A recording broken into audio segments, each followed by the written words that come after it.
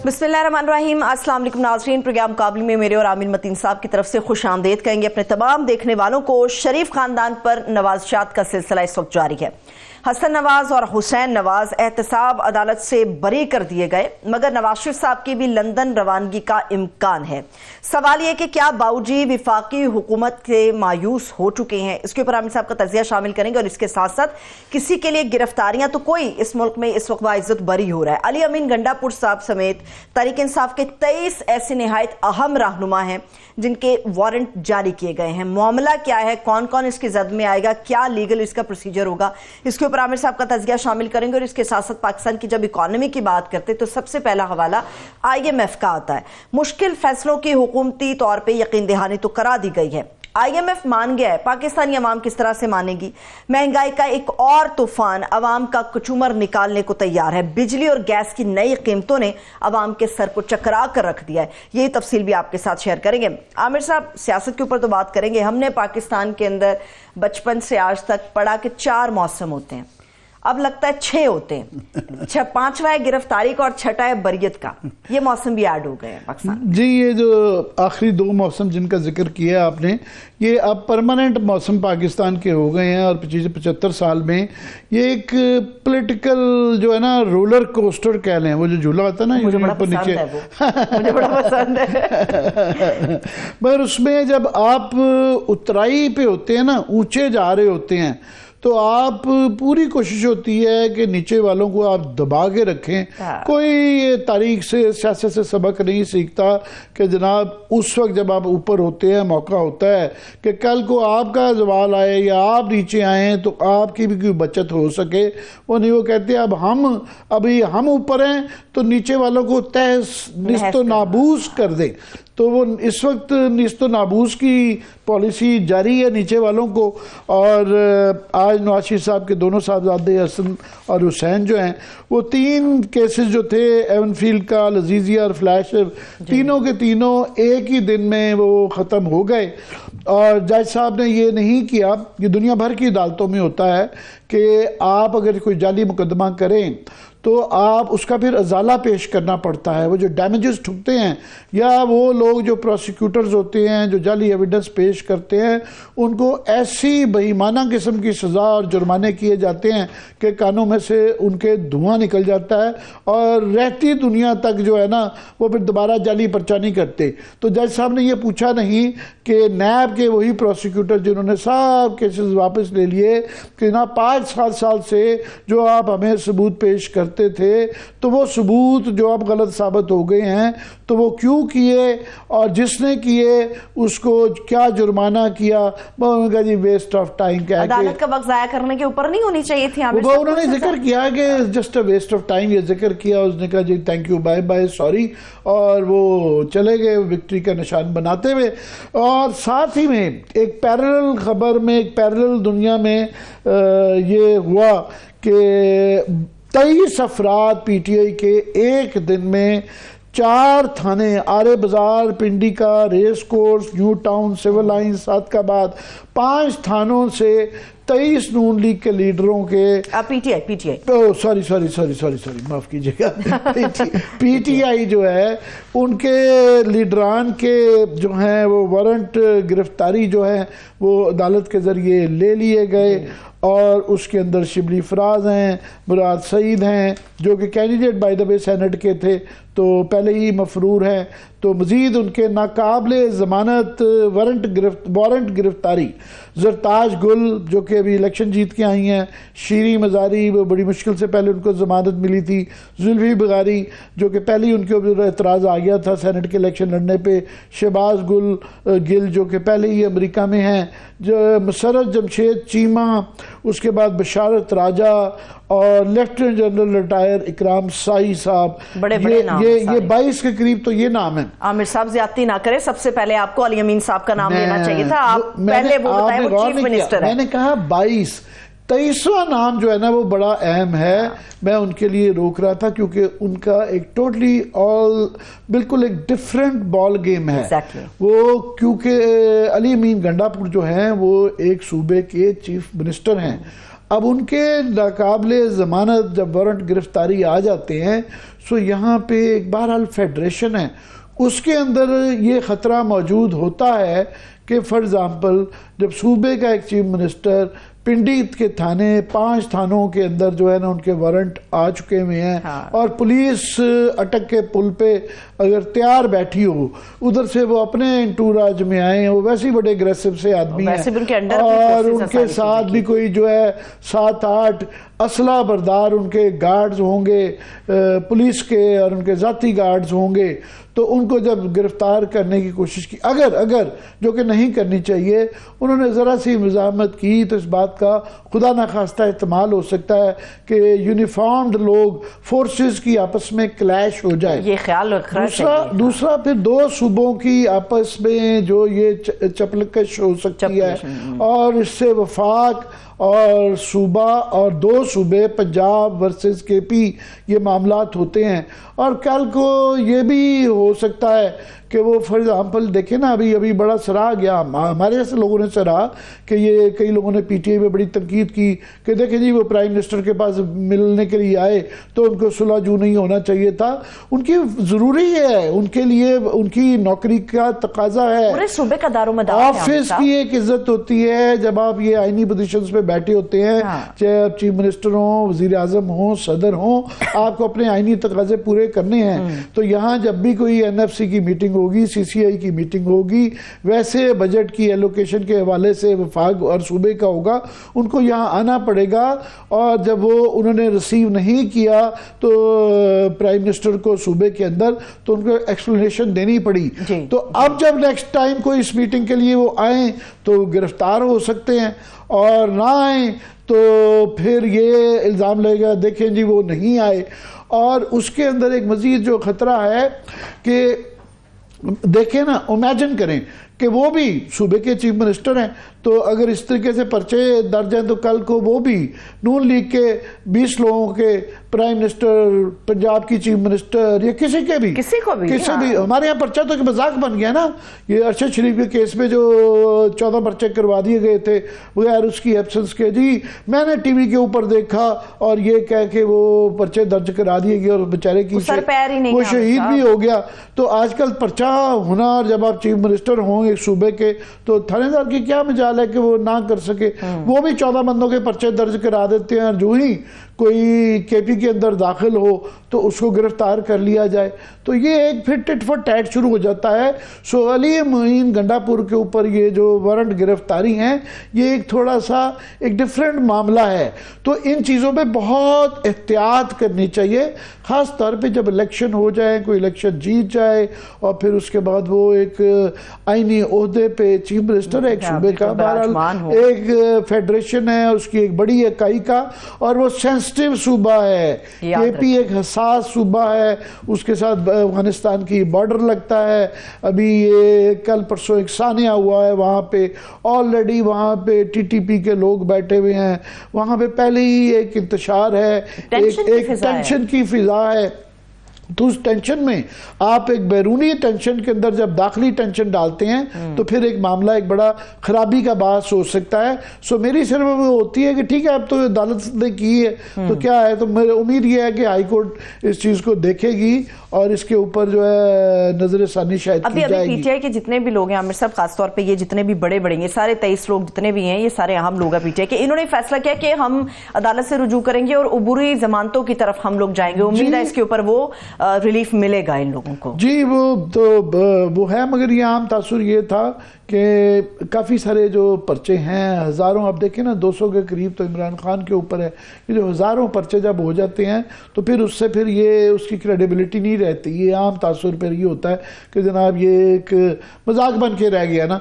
तो उसमें ये इलेक्शन होने के बाद और इस मैंडेट आने के बाद ये आम तासुर था। ये उम्मीद की जा रही थी कि शायद कोई नरमी की फिजा आए, शायद कोई अफाम व तफहीम की फिजा आए, शायद कि कोई थोड़ी सी सियासी फिजा जो है उसमें तलखी कम हो, बातचीत हो, मुल्क के मसाइल के ऊपर तवज्जो दी जाए, मसाइल हल किए जाएं और कुछ ना कुछ जो है दरमियानी राहें निकाली जाएं। किस्मती से ऐसा नहीं हो रहा। अगर मुझे प्रोड्यूसर साहब बता सके, अभी हम आगे नवाज शरीफ साहब के हवाले से भी गुफ्तगू करने जा रहे हैं। गालिबन सेनेटर आसिफ करमानी साहब रहनुमा मुस्लिम लीग नून हमारे साथ मौजूद हैं। अगर मेरे साथ प्रोड्यूसर साहब मौजूद है तो मुझे बताइए प्लीज।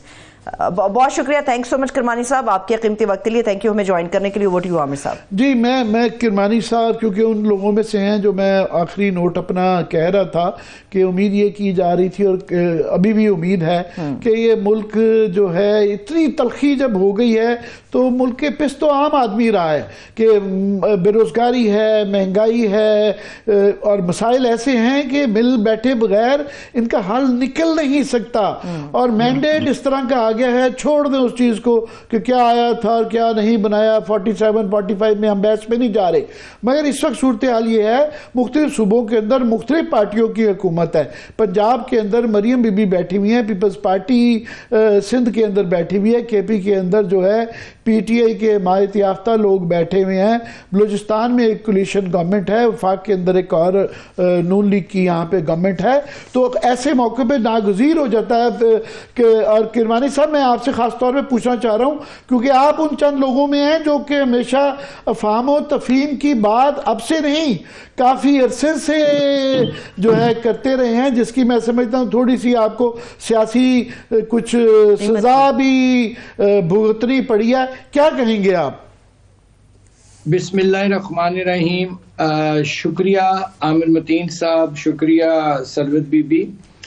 देखिए, जैसे आपने फरमाया, मैं तो शुरू से ये कहता हूँ कि ये पाकिस्तान जो है ये सबका है और हम सब का ये फ़र्ज़ है कि अपने अपने सियासी इख्तिलाफ़ात, अब इलेक्शन हुए हैं, उस मुतनाज़िया मामला चल रहे हैं, लेकिन ये हमें अब एक हुकूमत बन गई, जैसे तैसे भी इलेक्शन हो गए, अगर जिनको एतराज़ात हैं वो प्रॉपर फोरम्स मौजूद हैं। असल चीज़ की, जिस चीज़ की ज़रूरत है, जिसकी तरफ आपने अपने इंट्रो में भी इशारा किया कि भाई अब लोगों के असल इश्यूज हैं, बेरोजगारी है, महंगाई है, गुर्बत है, आपका जॉबलेस, पढ़ा लिखा यूथ है, these are the real issues. बिजली के महंगे बिल हैं, सुई गैस के बिल हैं, लोगों के किचन नहीं चल रहे, these are the real issues. और इस पर, और फिर सबसे ज्यादा जो इस मुआशरे में एक बड़ा जो एक तहम्मुल वाला, एक टॉलरेंस वाला मुआशरा था, या एक पोलराइजेशन इतनी खलीज हो गई है उसकी कि कोई लोग एक दूसरे को बर्दाश्त करने को तैयार नहीं। हमें पाकिस्तान को ना सिर्फ गवर्नेबल बनाना है बल्कि उससे लिवेबल भी रखना है। तो इसके लिए मैं समझता हूं कि तमाम फरीकैन जो है, मैं हमेशा से अर्ज करता हूं कि उनको अपने इख्तलाफात भुलाकर जो भी हैं अपनी अपनी अनाओं के पहाड़ों से नीचे उतरें और सिर्फ एक चीज सोचें, पाकिस्तान, पाकिस्तान और पाकिस्तान। और अगर नेक नीति के साथ आप पाकिस्तान के मसाइल को हल करने के लिए बढ़ेंगे, उसमें कुर्बानियां देनी पड़ेंगी, एलीट क्लास को भी, मैं कहता हूं जो रूलिंग एलीट है उसको भी और जो सियासी एलीट है उसको भी, तो कोई वजह नहीं मैं समझता कि पाकिस्तान जो है वो जो इस वक्त एक इंतहाई गैर मामूली सूरत हाल से दो चार है। हालांकि होना तो ये चाहिए कि इलेक्शंस के बाद क्लैरिटी आनी चाहिए थी, लेकिन अनफॉर्चुनेटली क्लैरिटी नहीं आई, बल्कि एक मजीद कंफ्यूजन क्रिएट हुआ है। तो इसके लिए अब सबको सर जोड़कर बैठना होगा, सर पकड़ कर ना बैठे अपना अपना, जो होना था हो गया, आगे चलिए, पाकिस्तान को संभालिए। किरमानी साहब, यहाँ पे ये क्योंकि ये भी एक रेटरिक का हिस्सा हो गया है, ये भी अब जब इस तरह की आप और हम बात करते हैं तो लोग कहते हैं यार ये क्या, ये बस एक सही जज्बाती सी बातें हैं और ये एक लफाजी है। मगर हकीकत ये है कि ये देखा गया है तमाम पार्टीज ही कि जो ताकत में होता है, क्योंकि जिम्मेदारी उसकी होती है, उसके पास ये ऑप्शन होती है कि वो नरम रवैया दिखाए, रिकॉन्सिलिएटरी जो है एक रोल अदा करे। मगर जो भी ताकत में आता है वो ये ऑलिव ब्रांच एक्सटेंड नहीं करता, वो ये बातें जब अपोजिशन में होता है तो उस वक्त जाके करते हैं। तो ये विशियस सर्कल है, ये चल रहा है, 75 साल से चल रहा है, ये कहाँ रुकेगा? सर, इसको रुकना होगा और इसको रोकना होगा। और इसके लिए सबसे जो बड़ा जो दो मैं समझता हूँ अनासिर जो हैं इसमें बहुत बड़ा रोल प्ले कर सकते हैं। शायद किसी को मेरी बात बुरी लगे, एक तो अवाम है, उन्होंने अपना हक अदा कर दिया वोट देकर। अब ये जो पाकिस्तान के स्टेक होल्डर्स हैं ये उनका भी काम है, और मेरी इससे मुराद एस्टेब्लिशमेंट से है कि अवाम ने, आपने कहा कि रोल अदा कर दिया, मगर यही है कि अवाम के इस रोल के बाद, यही मैं भी आपके ज्वाइन करने से पहले कह रहा था, फिर ये उम्मीद की जा रही थी कि उसका एहतराम किया जाएगा और कुछ जेस्चर्स आएंगे, जो कि जेस्चर्स बिल्कुल नहीं आ रहे, कहीं से भी नहीं आ रहे, बल्कि आगे से वो एक किस्म का नजर आ रहा है कि तेजी आ गई है, ज्यादा एग्रेशन आ गया है। जिस तरह एक दिन के अंदर आप 23 बंदों के 6 थानों के अंदर से नाकाबिले जमानत जो है, जो इस वक्त इलेक्ट हुए इस मुश्किल हालात में लोग जो हैं, उसमें से वो एक दिन में उनके वारंट आ जाते हैं, तो ये फिर वो इत्तेफाक तो नहीं हो सकता। देखिए, ये आपकी बात बिल्कुल दुरुस्त है कि हुकूमत वक्त का काम है, और मैं आपको याद दिलाता चलूं कि प्राइम मिनिस्टर शहबाज शरीफ ने, उन्होंने जिस दिन मुंतखब हुए थे, उन्होंने दोबारा मिसाके मईशत मफाहमत की बात की है, लेकिन अब दूसरा फरीक बात करने पर आमादा नहीं है जी। तो लेकिन मैं ये समझता हूँ कि अब चूंकि असेंबलियां वजूद में आ गई हैं, अब तो दूसरा फरीक तरलों पे आया हुआ है, अब वो वाली स्टेज गई नहीं, एक स्टेज थी कि वो बिल्कुल बेवकूफ़ी कर रहे थे, मेच्योरिटी थी उनकी कि बहुत ज़्यादा उनका ये लचक नहीं दिखा रहे थे। अब तो वो तरले मिनटों पे आ गए में कि खुदा के लिए हमारे से बात करें, हमारे साथ कुछ बुनियादी रिलीफ दे दें हमें। लेकिन आमिर साहब, वो जिनसे तरले कर रहे हैं ना, वो सिर्फ वहां नहीं ना बात बननी। उनको अपना जो पेरेंट इंस्टीट्यूट है, जहां से वो बिलोंग करते हैं, जो उनका मरकज है, जहां से उनको ताकत मिलती है, वो है पार्लिमान। और पार्लिमानी पार्टियां जो है अंदर बैठी हुई इस वक्त, उनको चाहिए आके हुकूमत वक्त से बात करें। चूंकि मैंने जो पिछले चंद दिनों में मुजाहरा देखा, मुझे तो संजीदगी नजर नहीं आई, गालम गलोच हुई है दोनों तरफ से, जो पिछले दिनों असेंबलियों में हुआ। तो ये बड़ी बदकिस्मती होगी। और अगर देखिए, अगर इस वक्त ये सैनिटी प्रिवेल नहीं करेगी, अगर तमाम लोग आपस में नहीं बैठेंगे या उनको बिठाया नहीं जाएगा, तो फिर इस मुल्क में मैं जमहूरियत का फिर कोई मुस्तकबिल इतना ताबनाक भी नहीं देख रहा जी, सच्ची बात। भाई अल्लाह करे कि ये जो है मामला चलते रहे। हम सब जमहूरी लोग हैं और जमहूरियत के लिए 30-40 साल से स्ट्रगल कर रहे हैं। आपकी मुझे कहने दें कि आपने 6 साल सेनेट के अंदर अपनी पार्टी की और ख़ास तौर पे ये जमहूरी रवायात की बड़ी अच्छी नुमाइंदगी की, और मेरे जैसे लोगों को उम्मीद थी कि आप जैसे लोगों का होना सेनेट में बड़ा ही ज़रूरी है। मगर अभी ये मैंने देखा जो सिलेक्शन हुई है जो है आपकी पार्टी की तरफ से, कि ये के टेकर के वो 3-4 लोग जो हैं वो कैंडिडेट बन गए हैं, और वो पार्टी के लोग, बड़े बड़े लोग आपके समेत जो है, वो सनाउल्लाह साहब, साद रफीक साहब और बेताशा जो हैवी वेट्स जो 30-40 साल से पार्टी में, वो सब फारिग हो गए हैं। तो ये क्या क्राइटेरियन था, ये क्या बताता है? देखिए सर, ये तो सेनेट का टिकट है, ये तो क़यादत के फैसले होते हैं उनको। लेकिन मेरी जहाँ तक बात है, मैं काफ़ी अरसे से रिकॉर्ड पे हूँ कि ना मैं सेनेट के लिए इंटरेस्टेड था जी, इस दफ़ा ना मैं अवेलेबल था, और मैंने ये चीज़ बहुत बार कन्वे कर दी।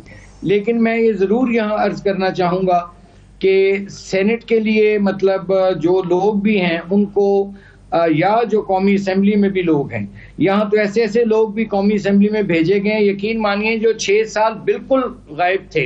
हम तो चलो जी सेनेट पे बोल लेते थे, टीवी टॉक शोज पे दिफा कर लेते थे, ऐसे ऐसे खवातीन और हज़रात हैं। लेकिन अब क्या किया जा सकता है जी, ये एक पावर पॉलिटिक्स है और ज़रूरत की चीज़ें हैं, और का कत्ल करके ये पावर पॉलिटिक्स के कुछ नमूने हम भी पेश करना चाहते हैं कि काफ़ी सारे कैंडिडेट हैं, सेनेट की रोज़ की डेवलपमेंट हो रही है कि एक हंसी आ जाती है कि कोई लोगों को हाल माजी का तमाम भूल ही जाता है। वाडा साहब फॉर एग्जाम्पल जो है इंडिपेंडेंट के तौर पे तो आए हैं, और MQM के लोगों ने उनको तायद की है, उनकी जो प्रपोजर हैं, सेकेंडर हैं। और आज मैं देख रहा था अभी रऊफ साहब MQM के और कायम खानी साहब, वो सब फरमा रहे थे कि जनाब वाडा साहब एक अजीम शख्सियत हैं और हमारे दिल के बड़े करीब हैं। देखिए, गुजारिश ये है कि पाकिस्तान में नजरिए की सियासत तो कब की दफन हो चुकी है। अगर कोई नजरिए की सियासत करता है तो वो या फांसी चढ़ जाता है या जलावतन हो जाता है। इसलिए अब सियासत जो है वो प्रैग्मेटिक हो गई है। अब लोग देखते हैं भाई कि ठीक है, ये एक फेवर्स एक्सटेंड करने की और फेवर्स लेने वाली प्रैग्मेटिज्म और मुनाफिकत में थोड़ा सा काफी बड़ा फर्क है। नहीं, बड़ा फर्क होना चाहिए, लेकिन अब क्या किया जाए।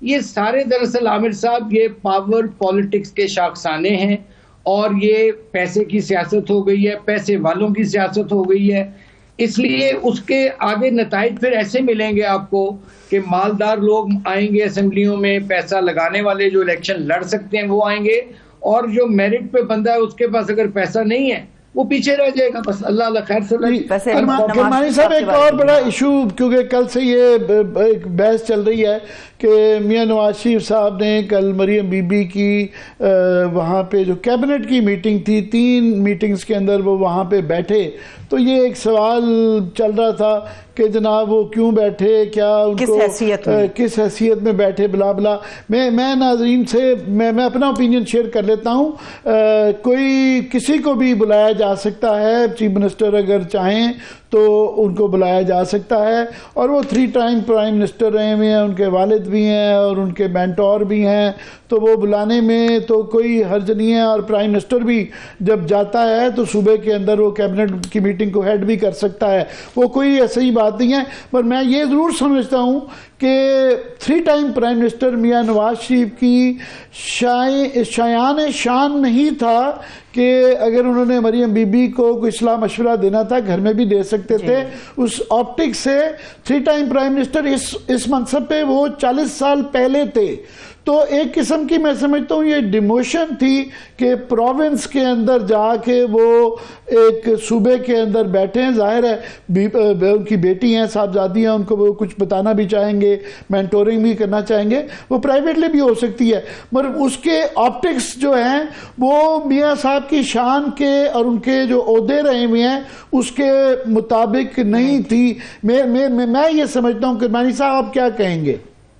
मैं इसमें वेरी क्विकली 2 बातें अर्ज करना चाहूँगा जी। पहली बात तो आपने खुद ही अपने सवाल में आपका जवाब है, और हमें भी तजुर्बा है कि जब 2013 में विफाक में भी हुकूमत होती थी तो कैबिनेट मीटिंग में काफ़ी लोगों को, हम कोई माहिर मईशत होता था, को तजर्बाकार लोग, डिफरेंट एजुकेशनिस्ट होते थे, इंडस्ट्रियलिस्ट होते थे कभी, तो उनको प्राइम मिनिस्टर का और चीफ मिनिस्टर का प्रोरोगेटिव है कि वो उनको बाय स्पेशल इन्विटेशन बुला सकता है। नंबर 1, मेरी जहाँ तक की मालूमात हैं कि वो नवाज शरीफ साहब को भी एक एज आ वालिद के तौर पे नहीं बल्कि एक तजर्बाकार एक्सपीरियंस्ड शख्स जो 3 दफ़ा प्राइम मिनिस्टर रह चुका है, उनको बाय स्पेशल इन्विटेशन उन्होंने बुलाया। हाँ, जहाँ तक आपकी बात है कि उनको घर में ये बात कही जा सकती थी, चूँकि ये एक ब्रीफिंग थी और इसमें जाहिर है उनकी इनपुट लेनी थी कि भाई वो क्या समझते हैं, और उसके लिए ये एक मीटिंग में उनको बाय स्पेशल इन्विटेशन अगर बुलाया गया तो मैं कम अज़ कम मुज़ाहिरा नहीं समझता। लेकिन देखने वाली बात ये है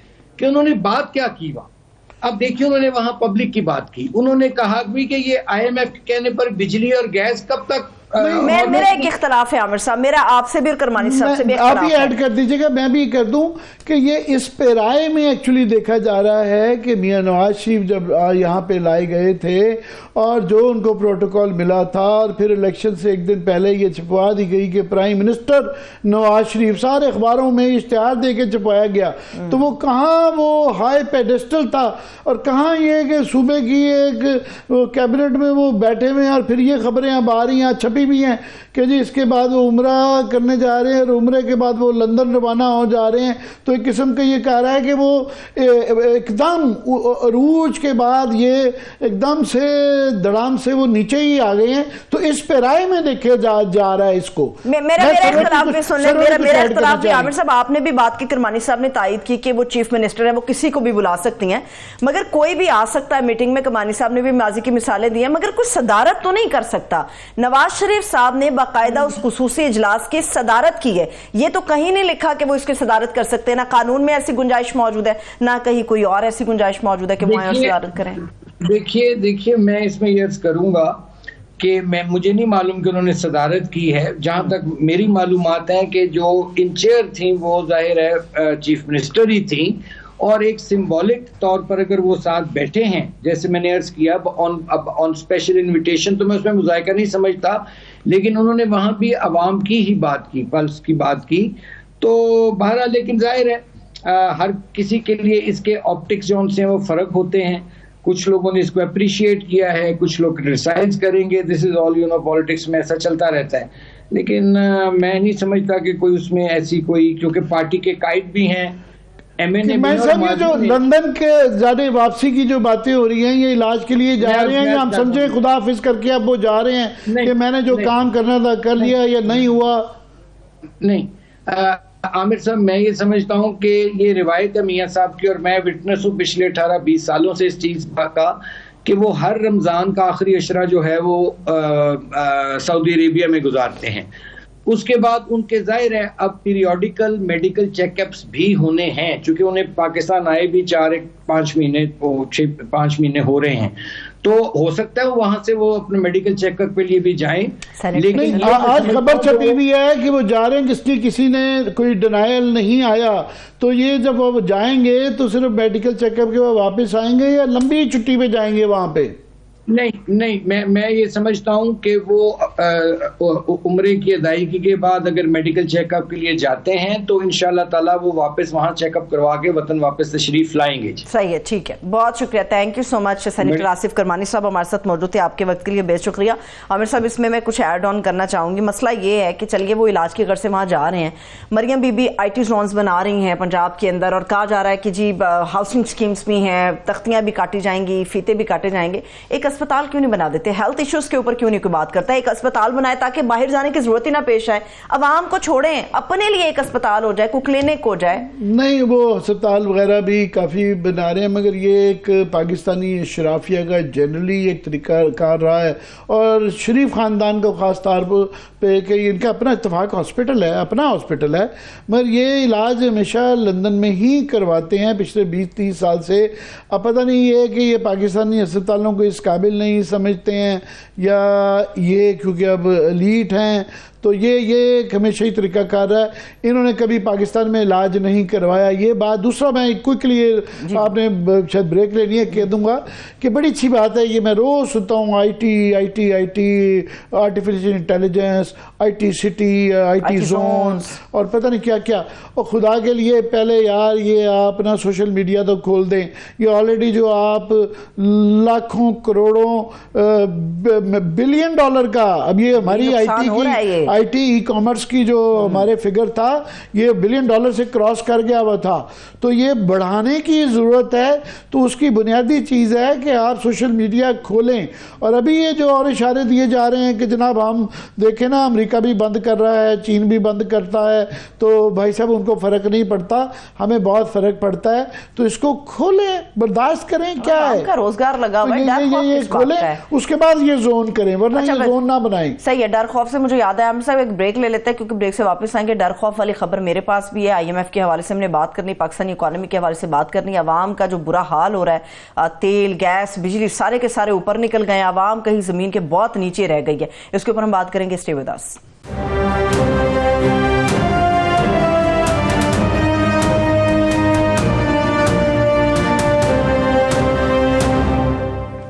ब्रेक के बाद एक बार फिर से तमाम देखने वालों को हम खुशामदीद कहेंगे। पाकिस्तान की इकोनॉमी के ऊपर हम बात करने जा रहे हैं, और इस इकोनॉमी का जो दारोमदार है सरासर अवाम के ऊपर है कि अवाम इस सूरत हाल को किस तरह से ऑब्जर्व कर पाएगी। क्या अवाम इसके ऊपर रिएक्ट करेगी? जो एक महंगाई का तूफान उनके सरों के ऊपर लादा जाने वाला है, जो उनके गले का तोक बनने वाला है, इसके ऊपर बात करेंगे। इस वक्त सीनियर सहाफी शहबाज राना साहब ने ज्वाइन किया, बहुत शुक्रिया शहबाज साहब, थैंक सो मच आपके वक्त के लिए। ओवर टू यू आमिर साहब। जी, शहबाज राना साहब से खास तौर पर इसलिए भी करते हैं कि बड़ी गहरी नजर रखते हैं ये इकोनॉमी पे, और हमारी तरह रिपोर्टर होने पे फख्र महसूस करते हैं। हमारा इस वक्त जो इकोनॉमी के डायरेक्टली जो ताल्लुक इस वक्त है, वो IMF हमारी लाइफलाइन बन गई हुई है कि उनके एग्रीमेंट के बगैर हमें एकदम ख़तरा पड़ जाता है कि हम डिफ़ॉल्ट ना हो जाएं।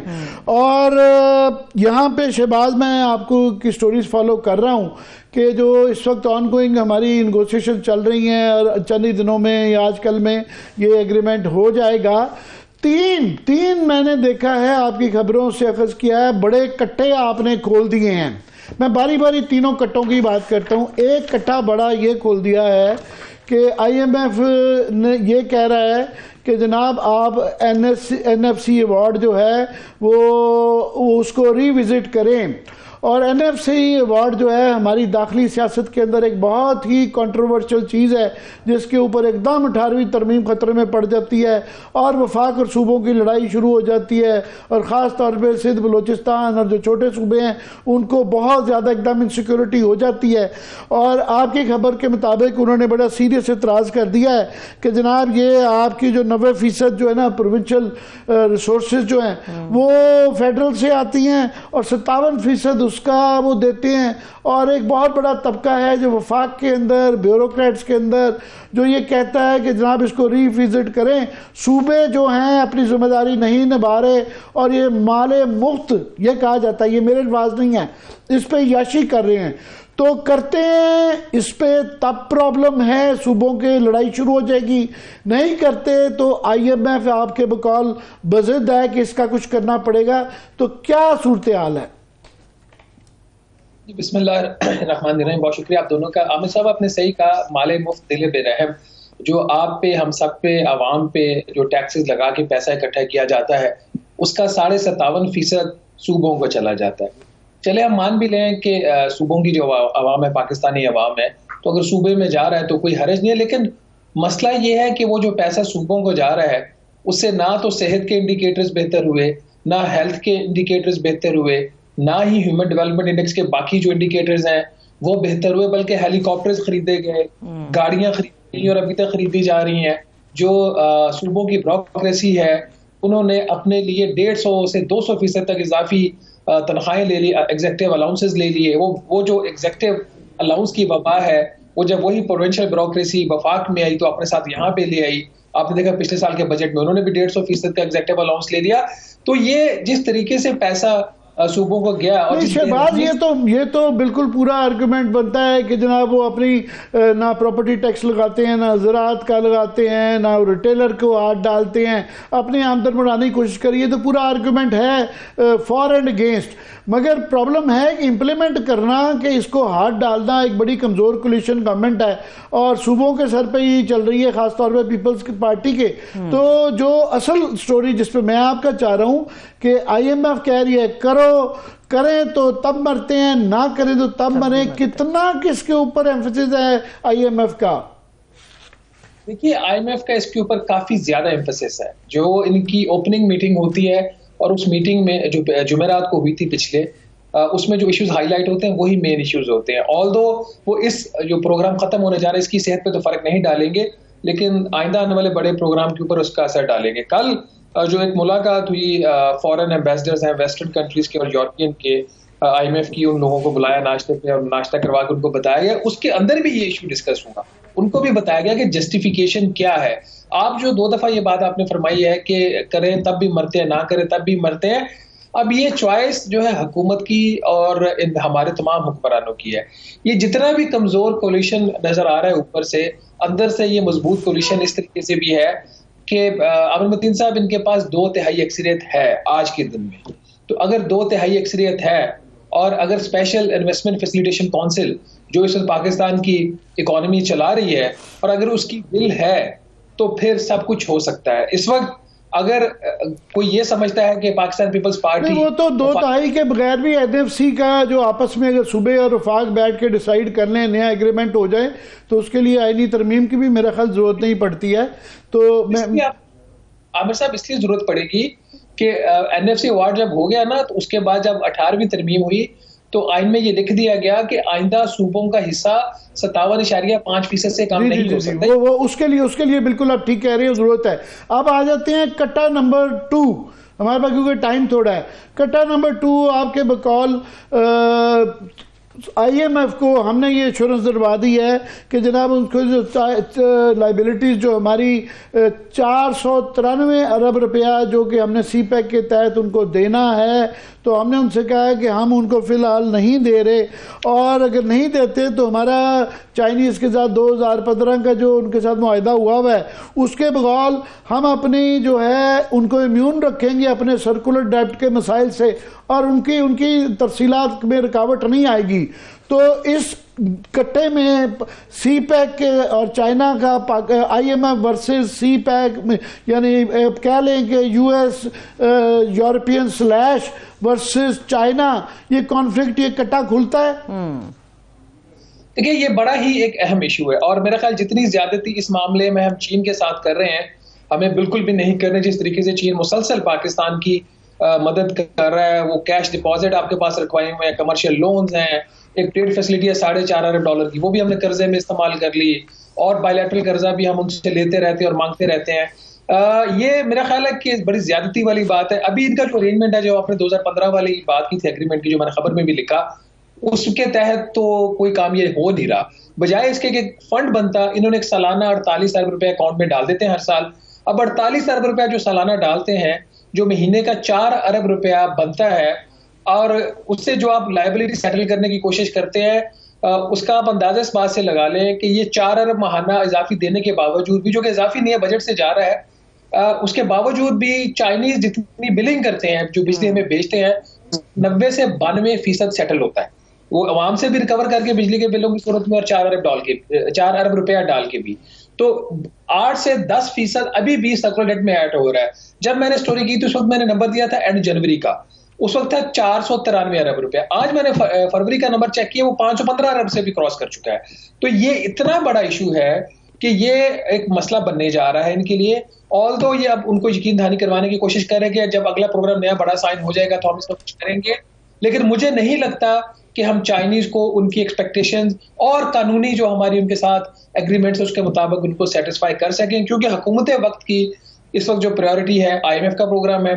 तो अगर IMF का प्रोग्राम है तो US as a major stake holder, उसकी एक स्टेटेड पोजीशन है, आपको पता है, वो कह रहे हैं कि जो IMF का पैसा है वो चीन को नहीं जाएगा। तो पाकिस्तान की एक मजबूरी इस वक्त बन गई है कि दोस्त मुल्क चीन को वो पसे पुश डाल के वो IMF का प्रोग्राम ले और अमेरिकन पॉलिसी की लाइन को टोके। सो कैश 22 सिचुएशन यहाँ भी आ गई। अब आ जाते हैं कट्टा नंबर 3।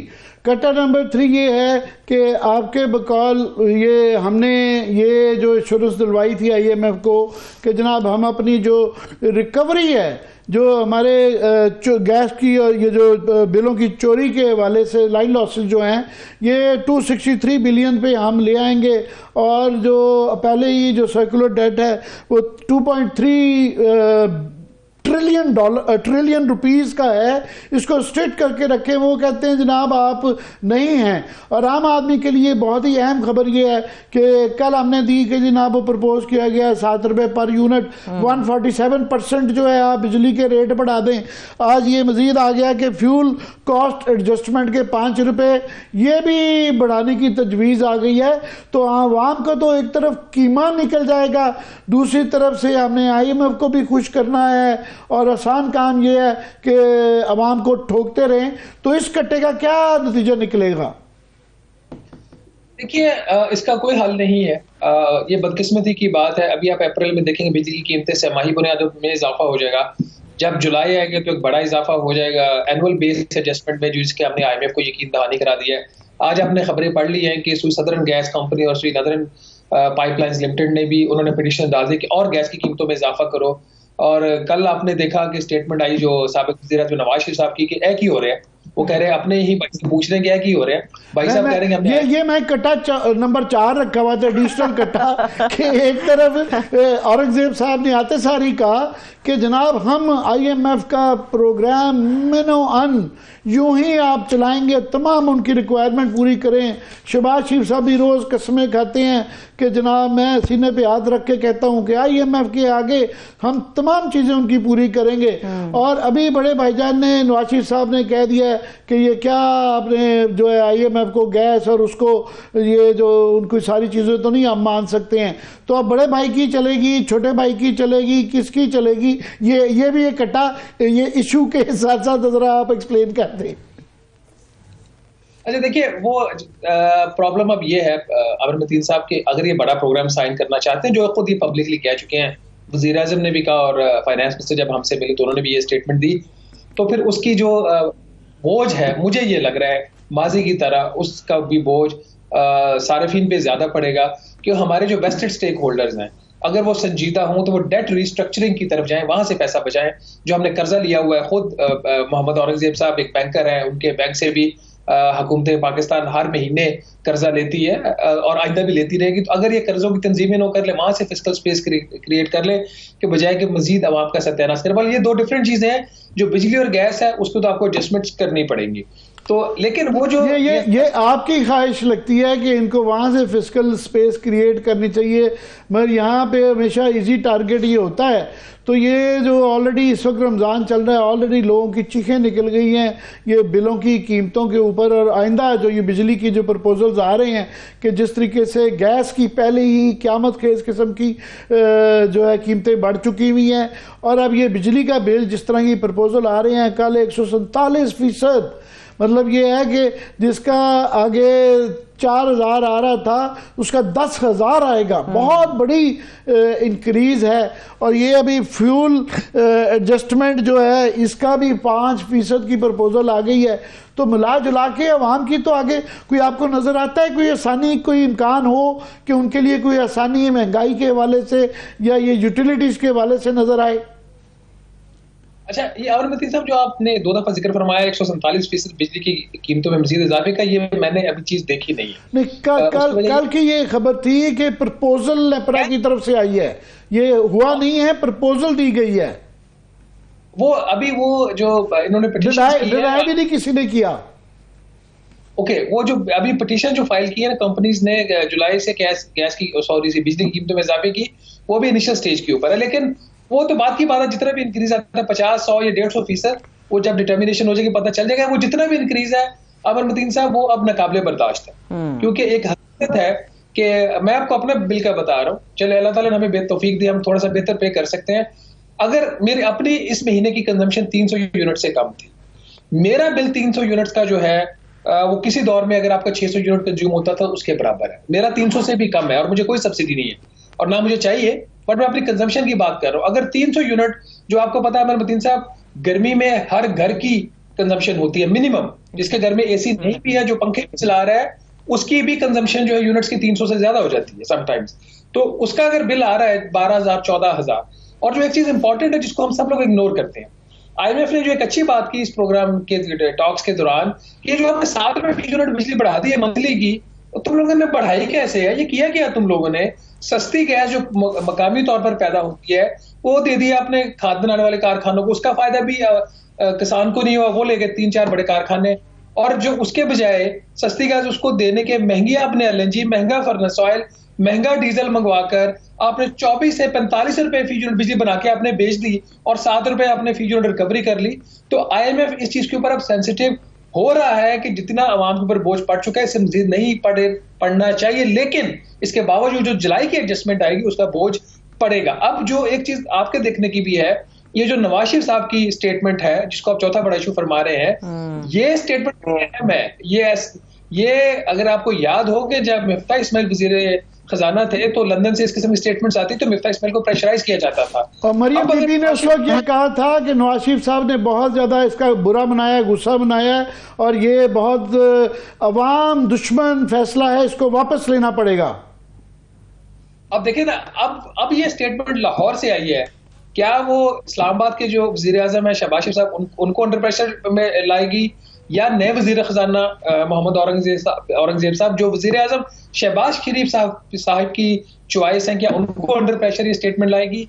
तो ये आइंदा आने वाले देखने तो ये गुड कॉप बैड कॉप हो रहा है कि वो जिस तरह पहले शहबाज शरीफ के बाद वो कहा जी ये सारे मसाइल का हल नवाज शरीफ साहब हैं, तो वो नवाज शरीफ साहब को भी मैंडेट नहीं मिल रहा, तो ये फ्यूचर के लिए वो ये इसका अपना एतराज का एक नोट जो है ना वो पेश करके वो लंदन चले जाएंगे। मेरा ख्याल है शायद गुड कॉप और बैड कॉप ना हो, क्योंकि अवाम अब इन चीजों में नहीं आते। मुझे ये कुछ और लग रहा है, ये उससे ज्यादा। इसलिए मैंने गुजारिश की ना कि आपका चूंकि पॉलिटिकल साइड बहुत स्ट्रांग है, आप इस चीज को देखेंगे ये स्टेटमेंट आई क्यों है। Good cop bad cop, PTI अच्छी पीटीआई बुरी, अगर ये चीज इसकी कोई वैल्यू होती तो जो इलेक्शन के नतीजे आए थे, जो वोटर्स का रिएक्शन आया था, तो उसका कुछ और रिएक्शन होता। अगर मुझे ये लग रहा है कि ये फैमिली के अंदर कुछ ऐसी चीज हुई है जिसका एक पब्लिक रिएक्शन आया है। अच्छा, ठीक है। आखिर मेरे पास 1 से 1.5 मिनट है आमिर साहब। क्विकली बस लास्ट कह दें कि ये हम इसकी बिल्कुल बात कर रहे हैं कि ये गैस की खास तौर पे बिजली भी कि इसके डोमेस्टिक इश्यूज के जिस तरह आप बता रहे हैं कि 300 है, जिसके बेचारे के 500-600, ज़रा सा बेचारा एसी शेसी 1-2 चला लेता है, उसके तो 40,000-50,000 के आप बिल की बात कर रहे हैं। मिनिमम 40-50 हज़ार का बिजली का बिल के लिए इस गर्मियों में लोग तैयार रहे अगर बिजली वहां पे मुहैया रही। इसका जो हमारी इंडस्ट्री पे उन्होंने भी तो हाथ खड़े कर दिए हैं, पहले ही वो कह रहे हैं कि जनाब हमारे यूनिट्स बंद होने जा रहे हैं, तो उनका क्या बनेगा? बिल्कुल बिल्कुल शॉर्ट। ये देखिए, उसका इंडस्ट्री तो इसमें कोई शक वाली बात नहीं है कि उसके ऊपर बहुत ज्यादा बोझ है। वो ना सिर्फ बिजली की कीमत दे रहे हैं, बल्कि जो कुछ कंज्यूमर डोमेस्टिक जो अभी उनको सब्सिडी जा रही है, वो बजट में तो सिर्फ कोई 200 या 250 अरब रुपया है, बाकी कोई 400-450 अरब रुपया इंडस्ट्रियल सारे है, जो कि इवेंचुअली ज्यादा कंज्यूमर्स की जेब से महंगी चीजों की सूरत में। चलिए, बहुत शुक्रिया शहबाज राना साहब। माजरत, मेरे पास वक्त बिल्कुल खत्म हो गया। आपके वक्त के लिए शुक्रिया, थैंक्स सो मच। आमिर साहब, देखने वालों का शुक्रिया। अपना ख्याल रखिए, खुदा हाफिज।